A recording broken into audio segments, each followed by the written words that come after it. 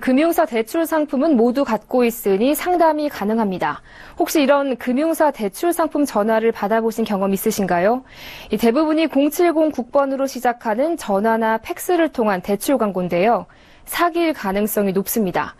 금융당국이 금융회사를 사칭하며 대출을 해줄 것처럼 속인 뒤 돈을 뜯어내는 대출 빙자형 보이스피싱이 급증하고 있다며 각별한 주의가 필요하다고 경고했습니다.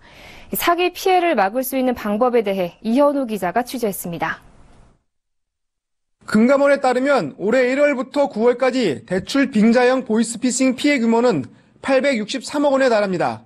월 평균 100억 원에 가까운 피해가 발생한 것입니다. 피해가 커지는 것은 실제 대출 광고인지 보이스피싱인지 구별하기 어려운 데다 금융회사 사칭 수법이 날이 갈수록 정교해지기 때문입니다. 예를 들어 실제 대출 광고인 것처럼 ARS로 고객에게 전화를 걸어 대출 모집인이 시중은행 수탁법인을 사칭해 대출 권유를 하면 믿을 수밖에 없습니다.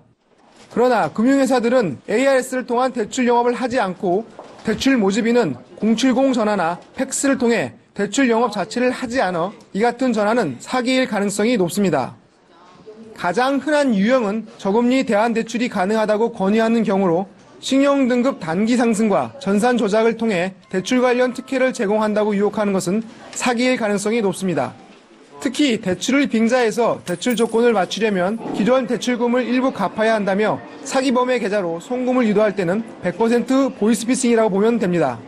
만약 보이스피싱이 의심되는 대출 권고 전화를 받는다면 길게 통화하지 말고 우선 금융회사 직원인지 대출 모집인인지 묻는 것이 좋습니다.